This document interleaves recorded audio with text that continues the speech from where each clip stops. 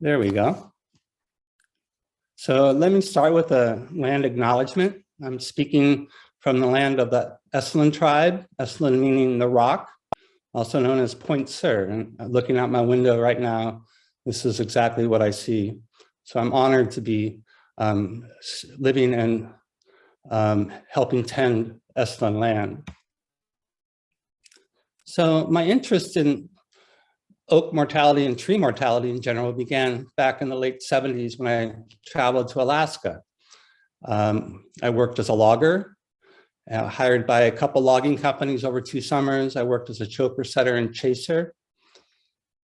And that was quite an eye-opening and intense experience. But what really was the most profound part of that experience was as I was hiking around and flying out to logging camps, I was just shocked to see vast areas of old growth forests just filled with dead and dying trees. I was baffled. I never expected to see an old growth forest look so much in demise. So I set out in the 80s in my graduate studies to go back to Southeast Alaska and try to understand the sequence of vegetation changes that led to the decline of old growth forests. And essentially what I found was that there is a whole developmental sequence in ecosystems from very young ecosystems here in unconsolidated volcanic ash that gradually stabilize and form grasslands, and there's area of shrubs and then trees. But as the forest age, the trees start to deteriorate and decline, and the oldest sites actually are bog forests and peatlands here in Southeast Alaska. One of the key processes driving that is the production of acids by mosses that mobilize iron and then microbes precipitating that iron. So the mosses on the surface are producing pHs of 3.0 or less, which then leaches out iron in the first upper layer of the mineral soils beneath the mosses, and then deposits it here in an incipient, this iron pan, this kind of iron layer that essentially obstructs any water flow once it gets well developed. Microbes play an important role in precipitating out the iron in that horizon. Eventually, that perched water table can lead to the whole polutification, or essentially swamping of the forest by the mosses and the water that's held by the mosses. And eventually you can have literally thousands of years of peat accumulation that represent a whole suite of changes. And in Southeast Alaska, that whole suite of changes is essentially a successional sequence. This is a chronosequence study that I conducted for my PhD. And what you can see here is that as ecosystems age, and these are the X's here, the age of the ecosystems, the soil pH in those systems, surface soil pH, declines. And essentially what you have in those peatlands is a whole record of this succession preserved in those peat deposits. And indeed, when we go in and analyze these peat deposits, we find microfossils that represent the whole suite of succession in the nearby watershed. I've done the same study in the Hudson Bay lowlands, where you have a whole series of ridges and swales due to essentially the rebound of the land out of the Hudson Bay due to the melting of the ice sheet. So this land was beneath the Hudson Bay at one point, and then gradually areas to the west emerged first, areas to the east emerged last, and over thousands of years, we have a beautiful successional sequence that we've been able to identify as systems age. Again, you can see soil water pH decreases, becomes more acidic. Now, understand areas like this are places where there's really not much disturbance. So what we're saying here is that ecosystem succession in many places in the world does not culminate in some kind of old growth forest like many of us think, but that if those forests are left undisturbed, they'll gradually deteriorate and turn into essentially a bog forest or potentially even a sphagnum bog. Now, that work helped me land a job at the National Center for Atmospheric Research, where I worked for 14 years, studying plants. And one of the things I was involved in was I was with a group of scientists, and we were focusing on the chemical ecology of oak forests. So we were taking branches of oaks, putting them in chambers, sticking a little balloon on the end of the branch to keep it hydrated, and measuring the emissions. We were able to confirm these measurements from tower sites. And one of my roles, besides doing these measurements, was to essentially characterize these whole landscapes. So from these towers, these instruments are picking up air from a whole watershed of forests dominated by oaks. But we needed to know essentially the composition, the leaf area index, the distribution, leaf density of these forests. So I've spent a lot of time studying and characterizing oak forests around the world.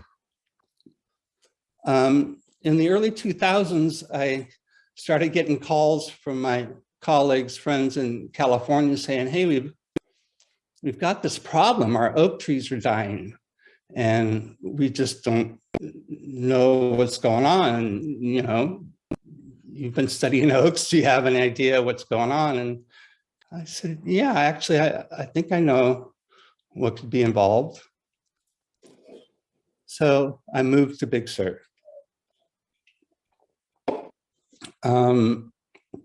And essentially started my career as an independent scientist.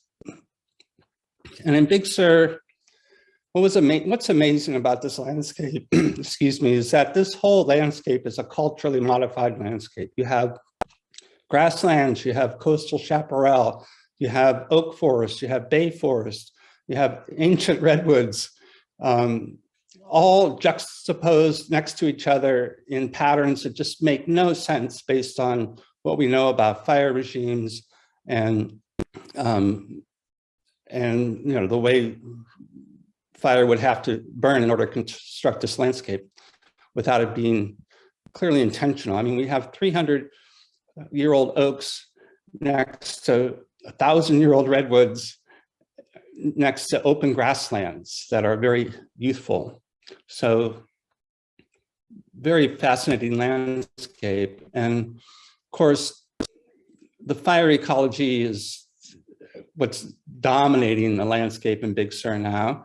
And the fires we're getting now are pretty catastrophic. I know because I've already lost one home in a fire, and another fire just a few months ago burned within a mile of my place. So we're very conscious of fire here in Big Sur. And if you look at the succession in Big Sur, basically we go from grassland to chaparral to oak woodland, oak bay forest, redwood pine forest.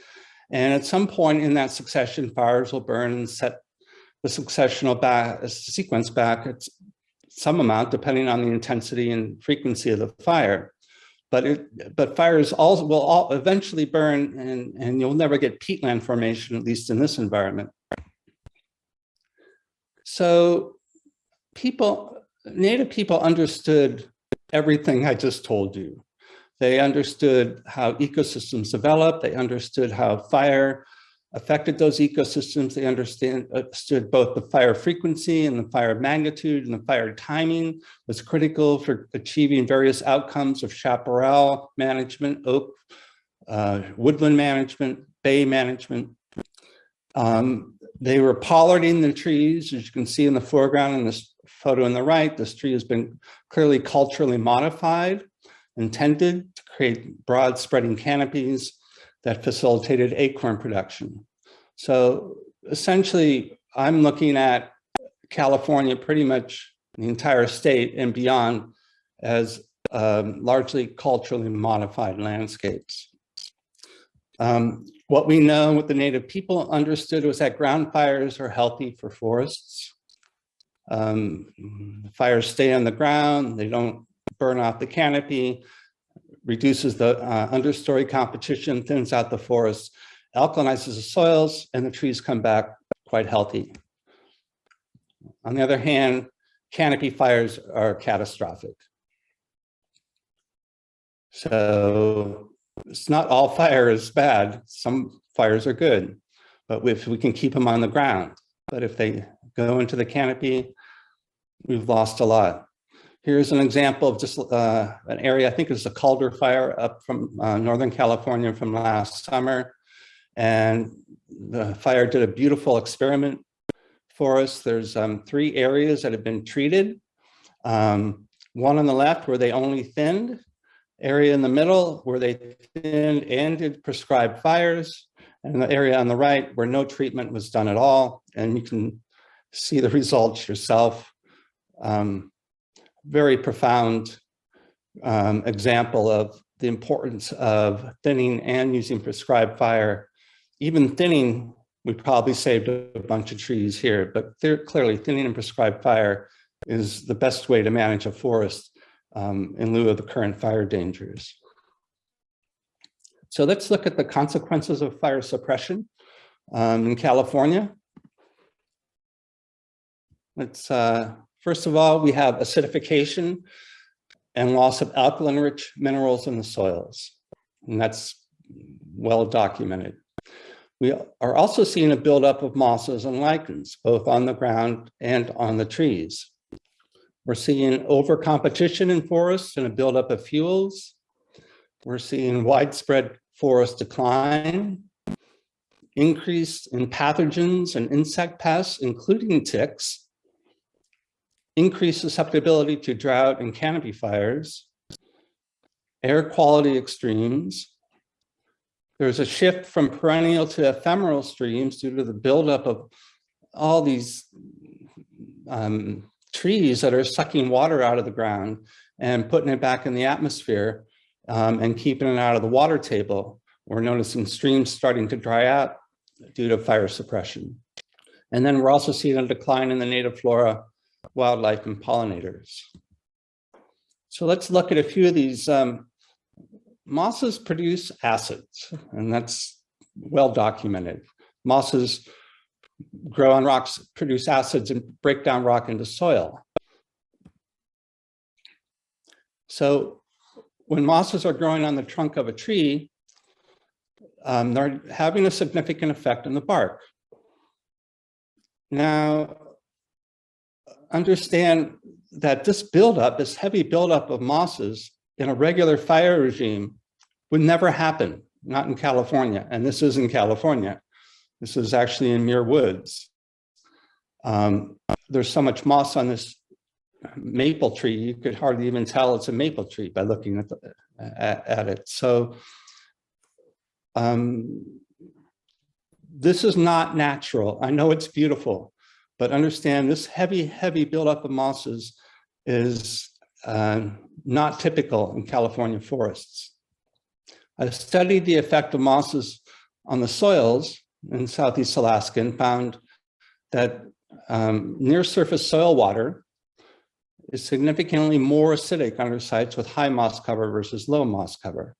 And this is a highly significant difference in the surface soil water pH.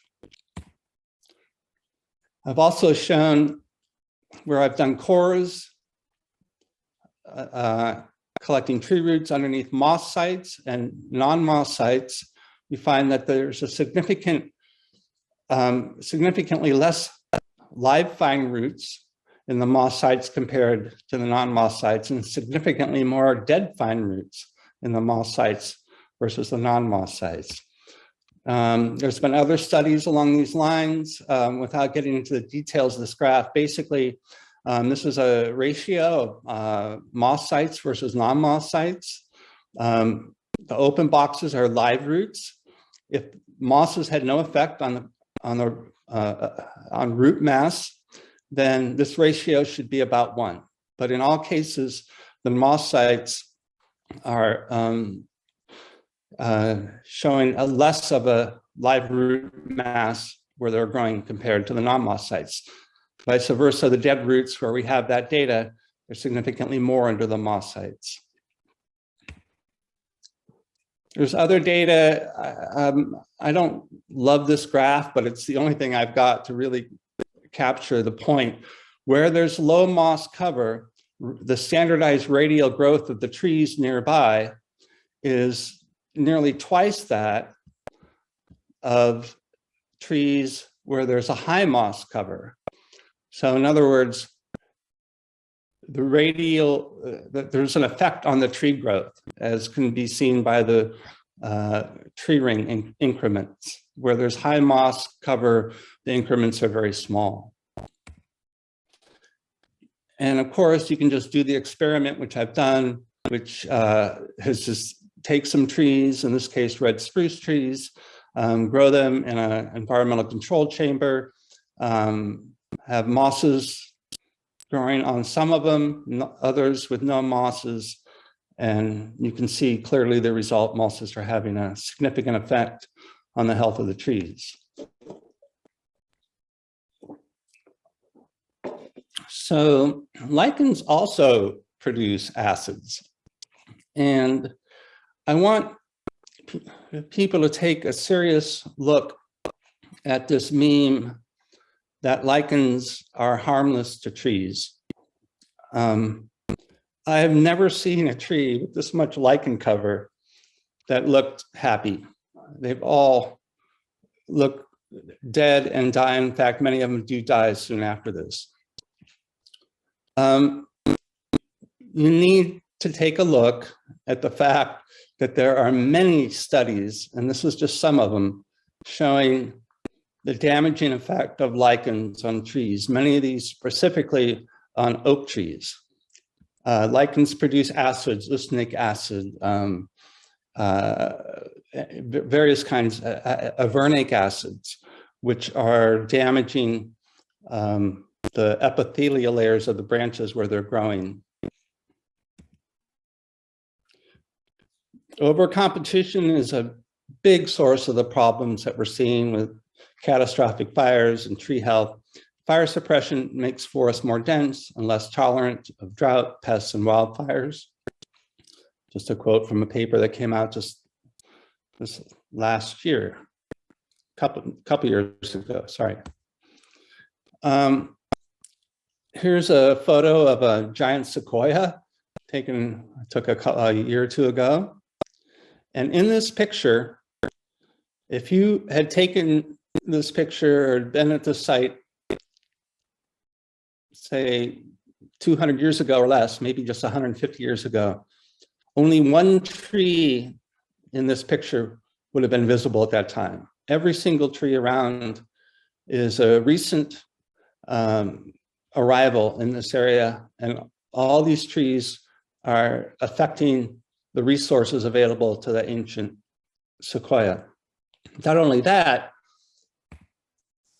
but these trees are also ladder fuel, so that when the fire does come through, it's more likely to burn up into the canopy and kill the tree. And here's a good example from last year at the Castle Fire of a tree that had a lot of young trees around it, fir, young sequoias that hadn't been thinned. And then when the fire came through, there was enough fuel around there, and you can see all these young trees caught fire, brought the fire up into the canopy of the sequoia, and the sequoia is now dead.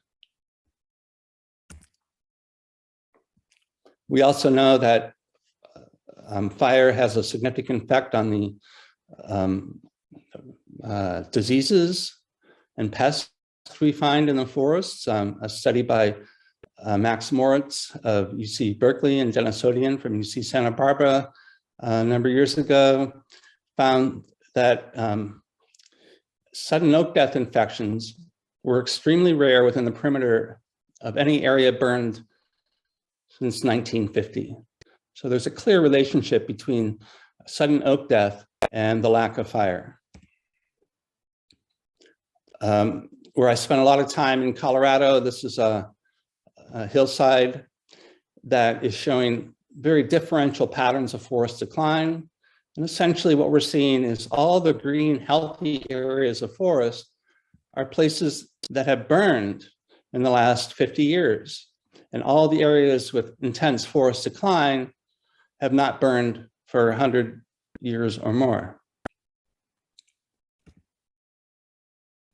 So given that information, I've developed this practice of fire mimicry. Essentially, here's a hillside in, believe it or not, just less than a mile from downtown Monterey, maybe just a half mile actually. This forest would be impossible to reintroduce fire to manage it. So what do? Well, there are ways to essentially mimic the effects of fire. Fire mimicry is has been talked about in the scientific literature. However, it's been only in the context of mimicking natural fires. There's this book, Mimicking Nature's Fire, also an article emulating natural disturbance. So what none of the work in fire mimicry has talked about is actually not emulating natural disturbance regimes, but emulating cultural disturbance regimes, such as cultural fire. So basically, I'm taking fire mimicry from where it started, which is really just about mainly clearing and fuel reduction, to a whole nother suite of steps that help improve the health of the trees and forests. So I break fire mimicry down into 3 phases. Phase 1 is the clearing, pruning, staging, and reusing of the cut material. Phase 2, soil fertilization regimens and trunk care. And phase 3 is surgical removal of stem canker infections and insect infestations. So phase 1, basically the goal is to manually remove woody and other flammable vegetation that would normally be removed by fire. This, of course, reduces the competition, also removes habitat from lichens and mosses, which can damage the trees. So the primary task of phase 1, clear away most of the woody understory, majority of the dead wood underneath the canopies of the mature trees, thin the majority of the young trees from under and near the canopies of the mature trees, especially Douglas fir and bay laurels. If you're in California, Douglas fir and bay laurels are really aggressive invaders into oak forests. Retain certain native understory species in the mix, hazelnut, toyon, currants. There's a whole suite of things we do want to preserve, so you want to be conscious of that. Want to prune the live smaller branches of a mature tree up to about 8 foot in height to remove the ladder fuel, and any dead branches up to about 15 feet in height if possible. And then you want to stage them as smaller materials in piles so they can be readily burned or chipped, and then stage larger materials in separate piles for biochar production, firewood use, or use in terracing hillsides. So here's an example of a oak where we did fire mimicry phase 1, one day, and here it is the next day after we cleared out, cut out a lot of these young, there's a bunch of young Douglas fir that were in here. And essentially this oak now has a much better chance of surviving a ground fire and more likely, well, surviving a fire and more likely any fire that does come through will more likely stay on the ground. Here's another example, more aggressive fire mimicry phase 1, where essentially of all the trees in the photo on the left, there's only 1 tree visible on the photo on the right. So what we've done here is we've cut out all this whole rampart of Douglas fir, none of which are more than 30 years old. They're all young, fast-growing that came in after this land stopped being grazed. And when we removed this line of Douglas fir, we went, and here is at least 8 to 10 coast live oaks, some of them old ancient coast live oaks, that were being outcompeted and essentially crowded out by those Douglas firs. So that was a lot of work, but we were able to save an oak grove here. And of course, now, in order to keep this from happening again, this needs to have been burned. Here's a time sequence, time lapse of a clearing job. Let's see if we can get it going here. Yeah. So going in, taking out a lot of the woody understory, some of the small trees. Notice the building on the right. We're trying to make that fire safe or fire safer.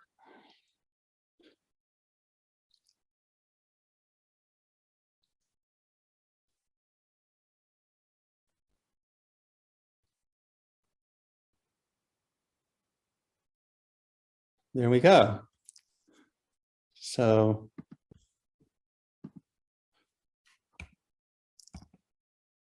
here's another sequence. This is from our last fire mimicry and TEK workshop in November.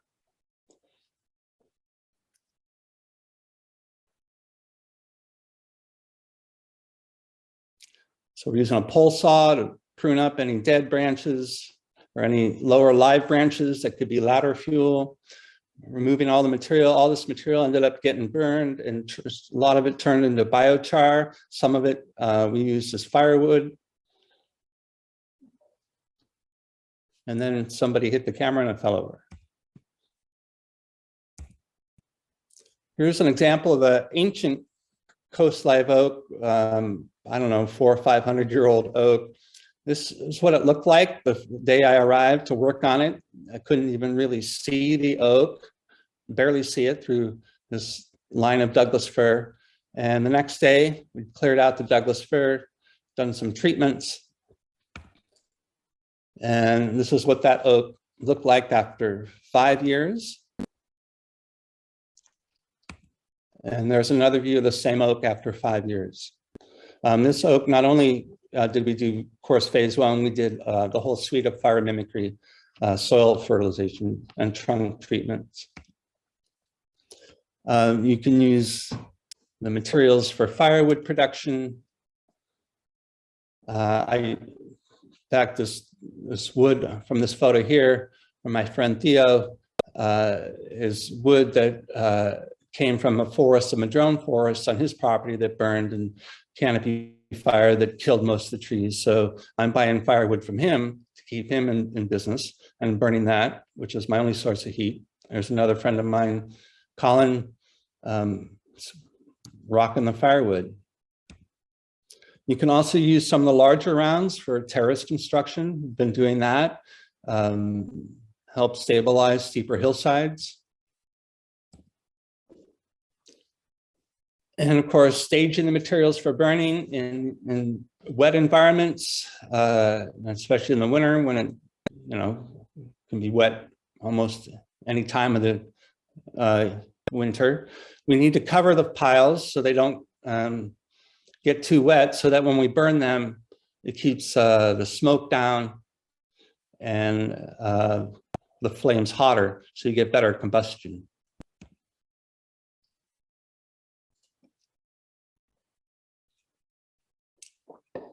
We are doing these burn piles, and then at the end of the day, we come in and extinguish the burn piles with a hose. Lots of water. It takes a lot of effort to extinguish these, but by putting them out before they have completely burned, we get quite a bit of production of biochar, which we then use and spread around the trees.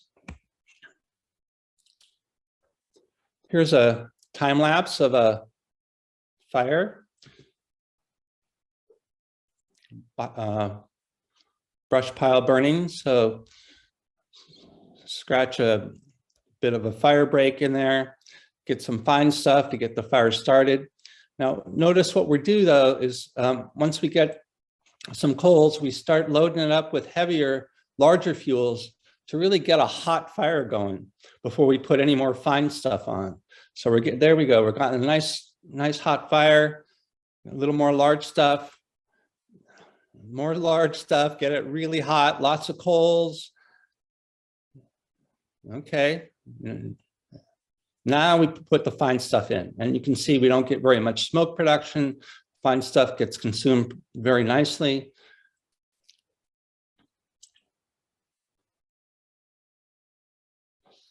And of course, notice we don't just like pile things up and burn them. We stage them in areas where we're not going to have the fire and then feed the fire so you can control the size of the fire.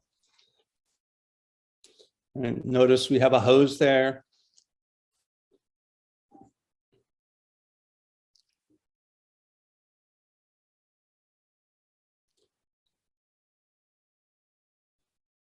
And we have good biochar production from this that we spread around the trees. So fire mimicry phase 2 is the moss removal, compost tea, soil minerals, limewash. So primary tasks are to remove the mosses and lichens from the trunks of the trees. It'd be great if we could get them from higher up on the trees, but there's really no practical way to do that. Nature would control it with moss, with essentially heat and flames and smoke from the fires. So mosses and lichens are super sensitive to smoke and flames. That's why we don't get moss build up actually in more polluted areas like in cities and stuff. They're very sensitive to air pollution. Same with fires. So we're removing the mosses and lichens.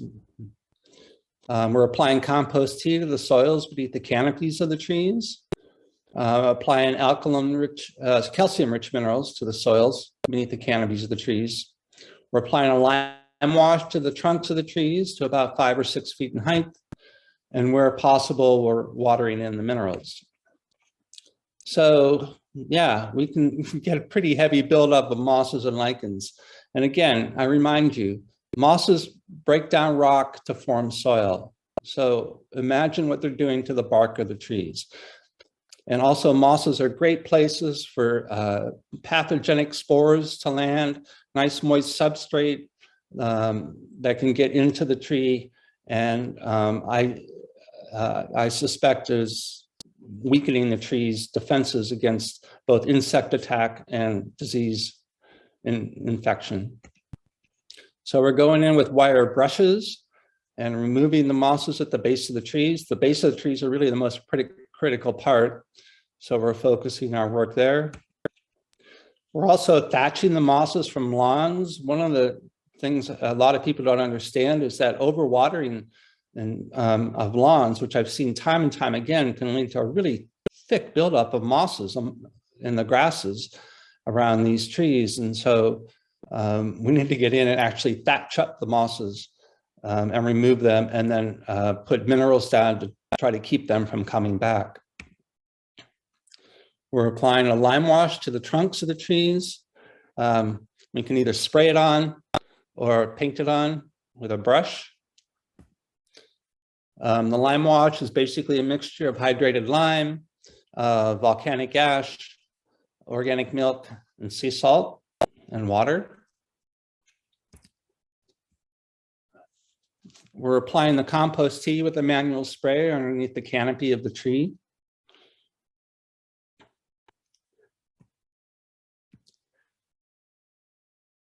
The compost tea is essentially this I'm using a Booze Brew, a Malibu compost product, which has a package of 4 tea bags in it. I'm adding about a teaspoonful of azomite. That's 44 pounds. I'm only using a teaspoon.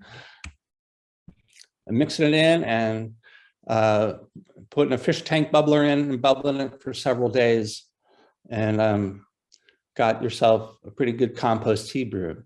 Pretty simple too. Then we're amending the soils with mineral fertilizers underneath the canopy of the trees. And this is essentially about a 50-50 combination of azomite and oyster shell flour. If you can't find oyster shell flour, ag lime, calcitic ag lime is also a good substitute. Basically, this is your source of trace minerals, and this is your source of calcium. And then where we can, we try to water in the minerals.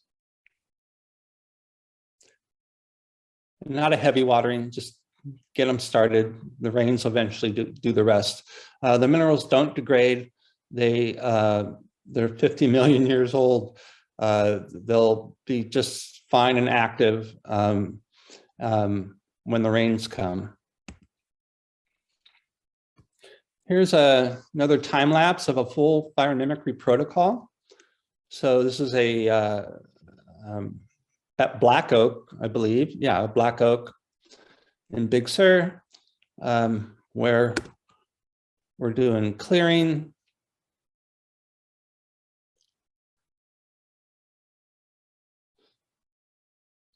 And notice we're leaving some trees. Here's an elderberry in the background here. We're not removing that.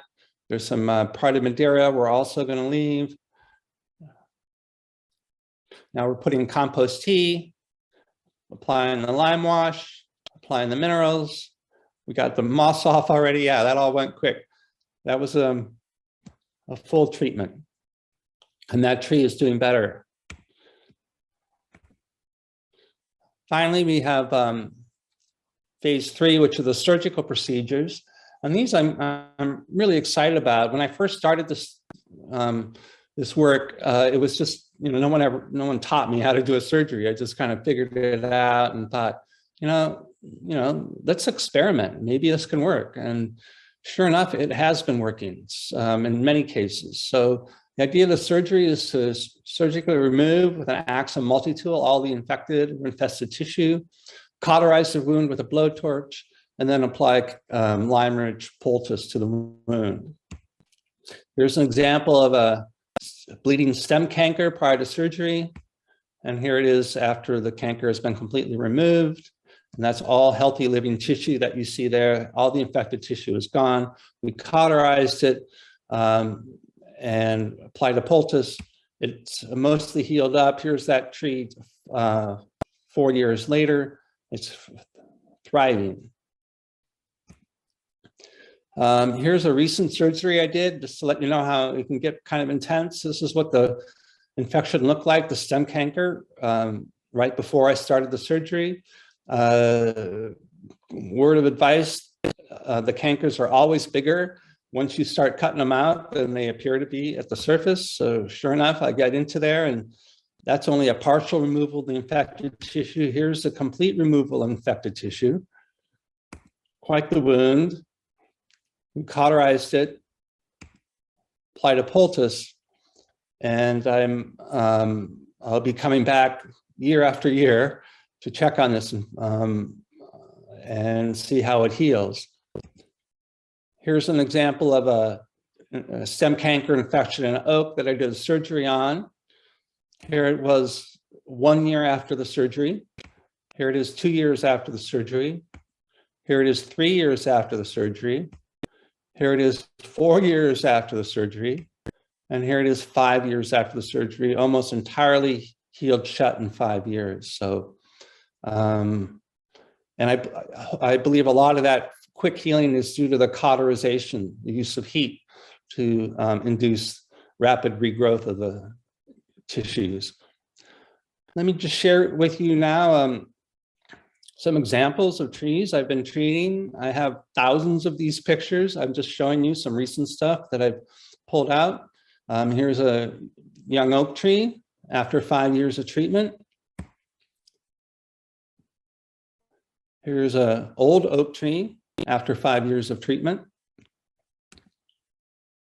Here's a coast live oak after 10 years of treatment. This is here in Big Sur. Here's another coast live oak after 10 years of treatment in Mill Valley. And then just to show you, results often happen much quicker than even that.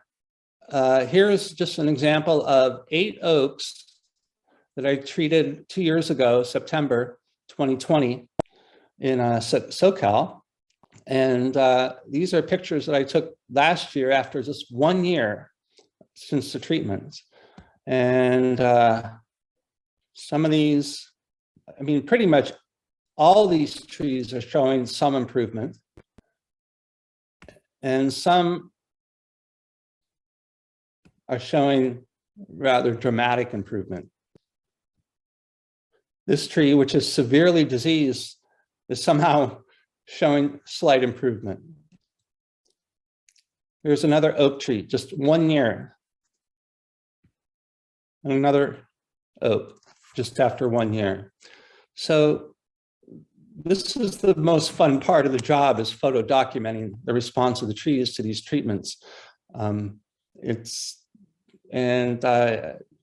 can look on my website and see lots more of those pictures. So my focus now is really on education. That's why I'm giving this talk, and that's why I'm teaching workshops more, to train the next generation. This is a workshop I did for a class in Big Sur. Gosh, I think about 15 years ago. All these kids are young adults now, and making an impact on the forest. This is, by the way, a clear example of a pollarded, what we call ancestor tree, oak, a culturally modified oak by in this case, by the Esselen people. And I want to invite you to excuse me. I thought I could copy that link.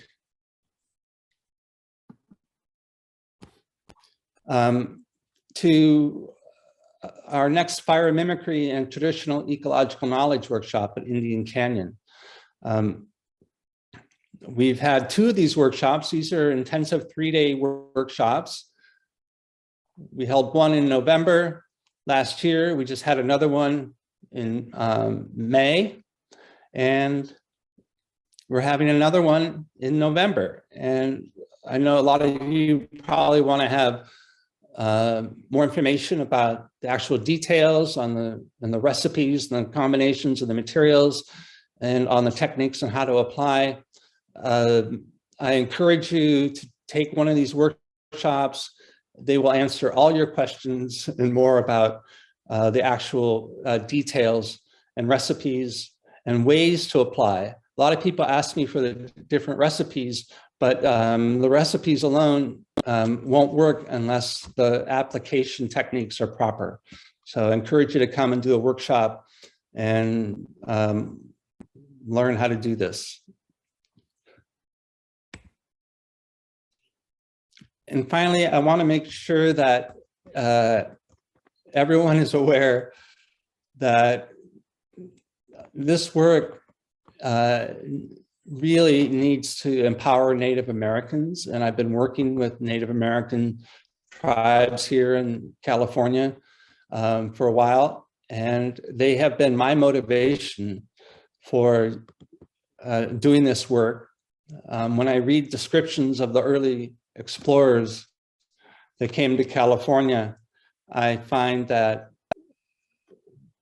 those descriptions of the verdant forests and huge populations of wildlife and waterfowl, these descriptions just bring tears to my eyes. So we know that the way Native Americans have managed these landscapes can result in highly productive and healthy ecosystems. It's not theoretical, it's not hypothetical, it's already happened. So thank you for listening. And I'm going to look in the chat and see what kind of questions we've got.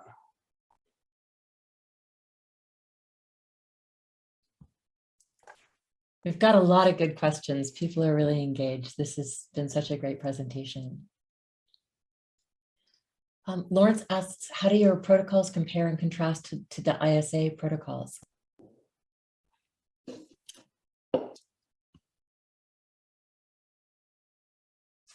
I'm sorry, was that a question to me?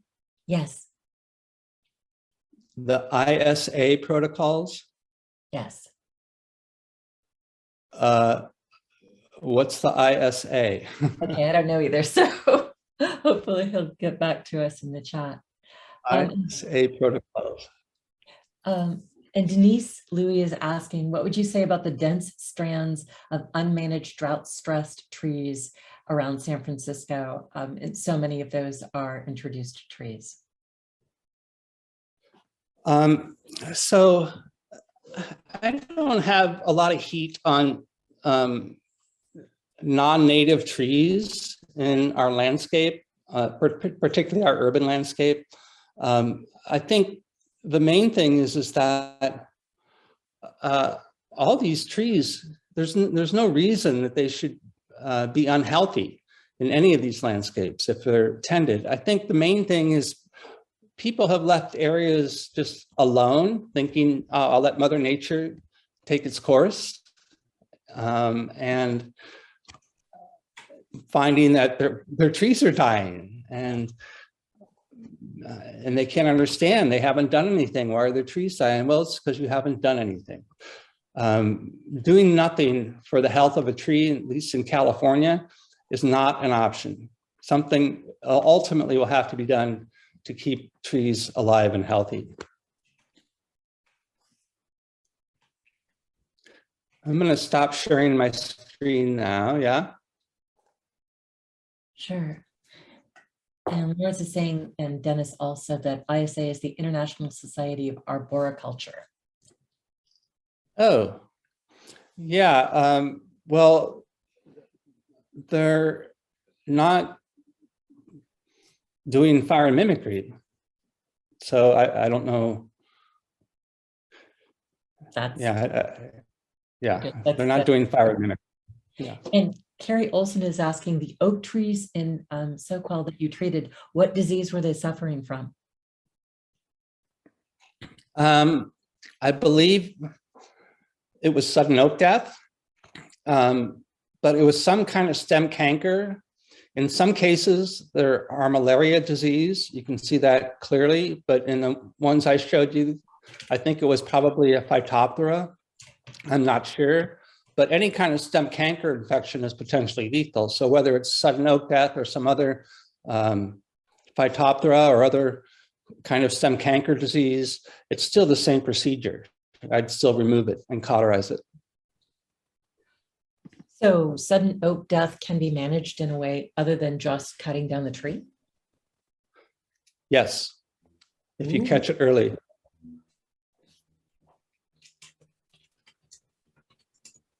That's amazing. There are some questions in the Q&A.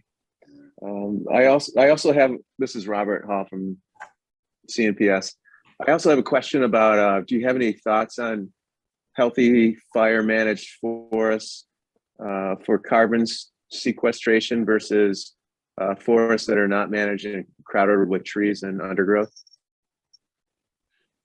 Yeah, what's interesting is, so believe it or not, the unmanaged forests here in California are storing a whole, quite a bit, not a whole lot more, but more carbon than the managed forests, the ones that are managed with the prescribed fire. The problem is that those unmanaged forests, when they burn, they lose most of that carbon. So by managing a forest, which ultimately will have slightly less total carbon storage in the forest canopy, in a way that keeps it from burning, actually it is a way to keep more carbon in the ecosystem than by not managing the forest. Because ultimately, all that carbon in the unmanaged forests, in California at least, that's going to burn at some point. There's almost no place I know that's immune from burning here in California.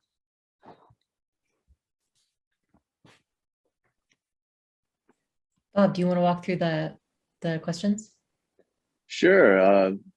Nancy wants to know, what kind of treatments do you do to the soil and trunk? And I think you kind of described that a bit.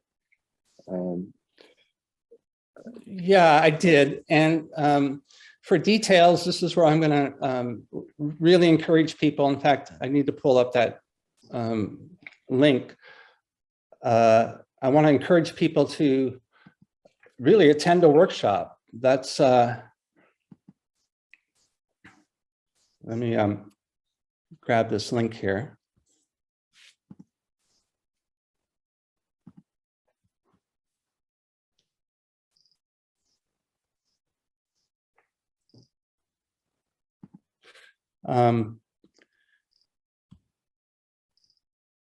Yeah, here it is. So I'll throw this in the chat.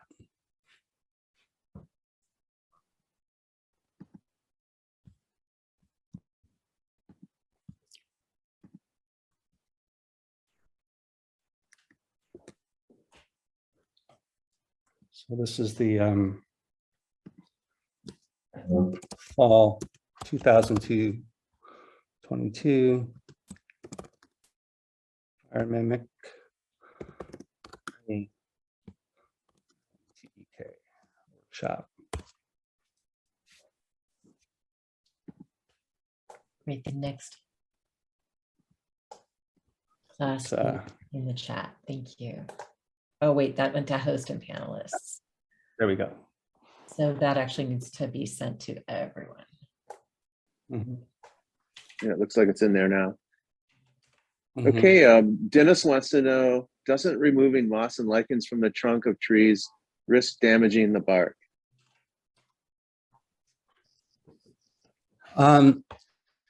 Not as much as mosses and lichens damage the trees. So yeah, in fact, when you pull the moss off the tree, oftentimes bits of bark come right off, which is telling you that it's damaging the bark of the tree.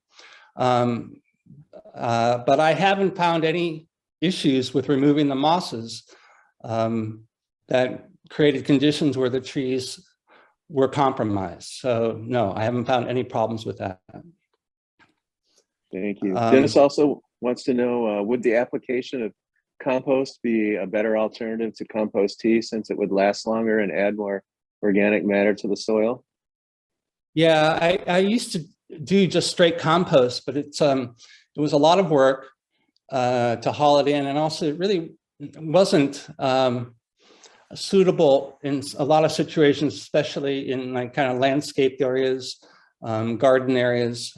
So I've just found compost tea is a nice supplement. If I had the ability in some places, I'll use compost material. I'll also mix in biochar. So yeah, there's a lot more that can be done in terms of adding organic matter. Right now, I'm just kind of showing you the minimum of what I found that seems to work. Susan wants to know, what was the cultural modification to that oak? Oh, so the culturally modified trees that I'm talking about in California were pollarded. So pollarding is something that we do to all our fruit and nut trees to help create canopies that maximize fruit or nut production, or in this case, acorn production from the oaks. And pollarding is just the process of, when the tree is young, frequently cutting the tops of the trees to encourage multiple side branches that then become a very broad spreading canopy, which is very useful in helping facilitate acorn collection, where the branches are broad and out and close to the ground, as opposed to not pollarding the tree, and then it just grows up tall and straight and makes it very difficult to harvest acorns. So it's yeah, it's a standard practice in cultures all around the world, and Native peoples here in California clearly understood it and applied it to, I would say, the majority of the oak trees they were tending. So is it like pruning a shrub or something? Do you look for, I know when you prune a shrub, you look for the little nodules, where it's going to send out a branch or something, but what do you look for when you're pollarding to know where to cut? Well, it depends. Yeah, it depends on the tree. I personally haven't pollarded any more than 1 or 2 oaks, basically what I'm doing is cutting the lead stems, the ones that grow up, cutting them repeatedly every couple of years. And that's encouraging the side branches to come out. And yeah, I usually prune right above a node, like you often do. Well, thank you. I have an unhealthy one up on Sunset Boulevard at our gardens that we're managing that looks like a candidate for that. It's just a big, tall stick with some leaves coming out the sides. So that would be a good idea for that one. So we're still getting lots of questions. I don't want to overburden you with your time, but are you still okay to keep answering questions? Absolutely. Oh, fantastic. Thank you. This is such a great presentation. Susan also wants to know, fire mimicry helps the trees. Does it help the seeds in the soil that need fire to germinate? So I'm not really focused on the recruitment aspect. To be honest, the problem isn't recruitment in these sites. It's too many trees. Certainly, what I'm finding is that when I do fire mimicry, there's a lot more acorn production in the trees. So potentially it could improve regeneration. But when you have a 300-400-year-old oak tree with another 300- or 400-year-old oak tree nearby, you don't need a whole lot of recruitment to replace these trees if you're only losing a tree every few hundred years. So I think a lot of people look at fire and the effects of fire as being important in recruitment, and it is in some cases, but for the most part, it's more important in actually thinning out the forest and keeping the competition down. So Denise was asking, what is an acceptable density of trees? What do you recommend? Oh, it depends on the site. So for instance, on a steeper hillside, I might allow a higher density of trees just because if you remove too many trees, you might lose slope stability. But generally, as a rule of thumb, trees, oak trees in particular, like park-like conditions. In other words, no other trees underneath the canopy of the tree. Yeah, so park-like conditions. So you can walk around among the trees. Lawrence asks, have you thought about building a mobile kiln to efficiently create biochar from cleared wood material and possibly generate energy as a byproduct? So I haven't done a mobile kiln. We did bring a biochar production unit to the last November workshop, where essentially is a portable cylinder that we use to make biochar. Yeah, a kiln would be great to actually capture some of that energy. These are all ways forward, and I think if anything, I'm putting a lot of this out there, knowing that even though we're getting really good results, this is just the beginning of really a different way of approaching our management of the forests, and that I think there's going to be a whole lot of innovation from people with ideas like that to be able to make this work better. Bob wants to know, does cauterization of wounds help by creating a carbon layer that resists pathogen entry?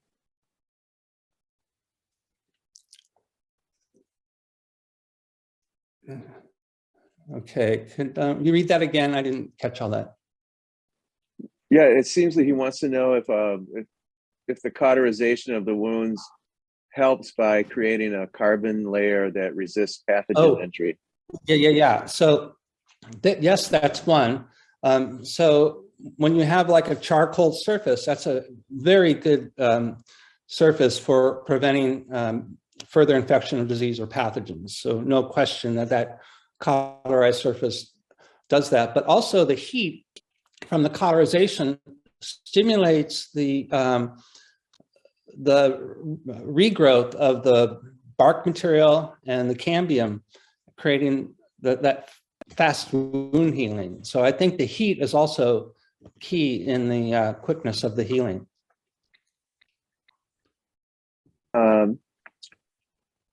JC wants to know how you're passing down your knowledge. Can you make certification programs and things like that to get your knowledge passed down? Yeah, I'm working on that. Actually, that's something I could maybe use some help on at some point. I'm talking to some folks about codifying more this whole protocol and getting people trained so that they can get into this work. It's actually a great line of work. I love the work. It keeps me healthy, keeps me outdoors. I've already gotten a few of the people that I've been working with trained and in business. They have businesses of their own doing this work. But it's just a few, and I'd like to really get we need more of an army to take care of the problem here. So yeah, I'm trying to put together a good business model that will facilitate getting this information out there, and more importantly, getting people actually doing the work and making a livelihood from it. Well, I hope the tribal entities can take some of that on too. That would be great. Well, they are. In fact, yeah, I'm working with them. I just got a call yesterday from a Native American who's really anxious to work with me more. So, and in fact, in all this work, the Native Americans are pretty critical to keep involved.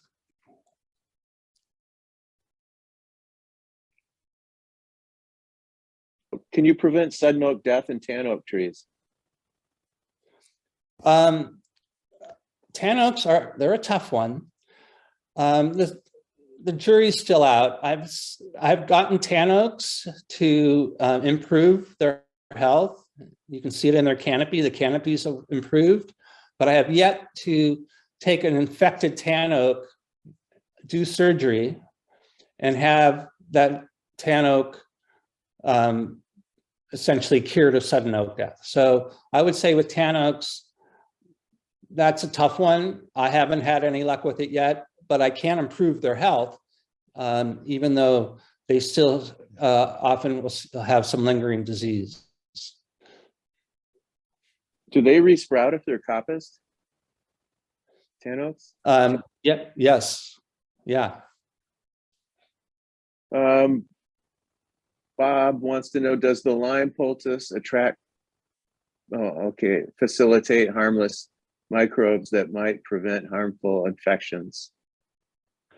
Yeah, that's the idea. I mean, limewash is an ancient substance. It was used to whitewash insides of buildings, outsides of buildings for thousands of years. It's a very good antiseptic. It's still used in the dairy industry. They whitewash the insides of the barns in the dairy industry to help create more of an antiseptic environment. So yeah, the principle is that the limewash creates a barrier that, even though I can't say it's proven that that it helps the trees resist disease, it sure isn't hurting them. I think that in theory, that limewash should be clearly helping the tree resist attacks by diseases. The other thing the limewash does, by the way, is insects that will often land on the bark of the tree that might, like a bark beetle, would be normally camouflaged by the bark. And when you limewash the trees, they lose their camouflage and the birds see them more and can eat them. Now, I don't know that that's a major effect of the limewash, but it has been documented that happens. And of course, the limewash also keeps mosses and lichens from growing back on the tree. Interesting. I wonder, I guess, I don't even know what fire has effect on the mycorrhizal network, and I don't know if this has any effect on the mycorrhizal network either. Do you consider what's going on around the underground with the mycelium? Yeah, yes. So the studies that look at, just generally fungi and mycorrhizal populations in soils show that the higher the pH, the healthier and more abundant are most of the fungal species. We see lots of fungi coming in after fires. So I don't see anything about fires that is going to create any kind of long-term harm to the fungal networks in the community. Paul asked, this is our last question, and then we can turn it back to Susan and let you have your good night. But Paul asked, are you doing any work in perennial grasslands restoration-wise? Yeah, so actually some of those sites that I showed you early on with the clearing of the fir trees, opening up the oaks, that's all coastal prairie, which is probably the most endangered ecosystem we have in California. So a lot of that work isn't just restoring oak forests, it's also restoring the prairies that bordered the oak forest. And so yes, this goes hand in hand with with grassland restoration, where you have invading forests crowding out the grass species. Fantastic. Susan, do you have any last thoughts? This has been so helpful and of just right in the target of what we're interested here in CNPS Sierra Buena. So thank you so much for sharing your knowledge with us and sharing the link for your upcoming opportunity to be on site and learn this work hands-on. So thank you so much for being here tonight. Thank you everyone for coming. And our next speaker is on July 14th about how tar weeds and Hawaiian silver swords have the same or have similar backgrounds. So thank you so much, Dr. Klinger, and thank you everyone for attending. This has been recorded and will be on the CNPS Yerba Buena website.